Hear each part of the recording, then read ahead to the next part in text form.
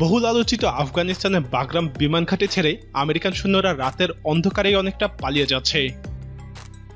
এমনকি আফগান কর্তৃপক্ষকেও কিছুই জানায়নি তারা। বিবিসিকে এমনটাই জানিয়েছে ওই ঘাঁটির নতুন আফগান কমান্ডার। বাগরামের নতুন কমান্ডার জেনারেল আসাদুল্লাহ কোহিস্তিনি বিবিসিকে বলেছেন, আমেরিকানরা ভোর রাত ৩টার সময় সেখান থেকে চলে যায়।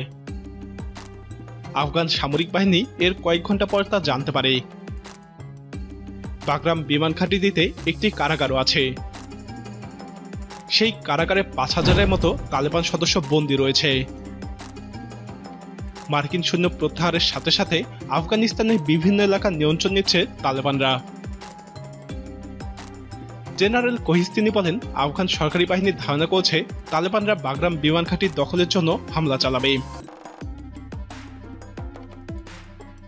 তবে আমেরিকার সামরিক মুখপাত্র কর্নেল সনি লেগেট দাবি করেছেন, মার্কিন বাহিনী তাদের বিভিন্ন ঘাঁটি থেকে সেনা প্রত্যাহারের বিষয়ে আফগান নেতাদের সাথে সমন্বিতভাবে কাজ করেছেন। এদিকে বাগরাম ঘাঁটিটির নিয়ন্ত্রণ পাওয়া আফগান বাহিনীর কাছে যে সরঞ্জাম এবং কারিগরি অভাব রয়েছে, তাতে তালেবানদের প্রতিহত করা কঠিন হয়ে পড়বে। জেনারেল কোহিস্তিনির অধীনে রয়েছে প্রায় ৩,০০০ সৈন্য, যা সেখানে মোতায়েন আমেরিকান বাহিনীর তুলনায় নগণ্য। বিমান ঘাঁটিটিতে মার্কিন এবং জোট বাহিনী মিলিয়ে সৈন্য সংখ্যা ছিল কয়েক হাজার। এরই মধ্যে আফগানিস্তানের উত্তরে তালেবানদের সাথে যুদ্ধরত প্রায় ১,০০০ আফগান সৈন্য সীমান্ত পেরিয়ে তাজিকিস্তানে পালিয়ে গিয়েছে। বাগরাম বিমান ঘাঁটির হাতবদল আগেও ঘটেছে।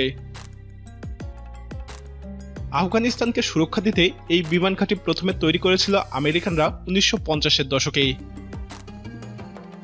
এরপর ১৯৭৯ সালে সোভিয়েত আর্মি আফগান দখলের পর বিমান ঘাঁটির দখল নেয় সোভিয়েত ইউনিয়ন। পরে ওই বিমান ঘাঁটির নিয়ন্ত্রণ ছিল মস্কো সমর্থিত আফগান সরকারের হাতে। এরপর এটির দখল নেয় মুজাহিদিন প্রশাসন।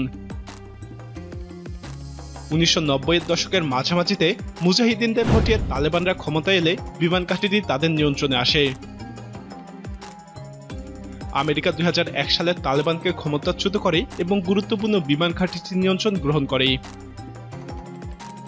প্রিয় দর্শক, আফগান সরকার কতদিন বিমান ঘাঁটির নিয়ন্ত্রণ রাখতে পারবে বলে আপনি মনে করেন? আপনার মতামত কমেন্টে জানান। এই ভিডিওটি ভালো লাগলে লাইক বাটনে ক্লিক করুন।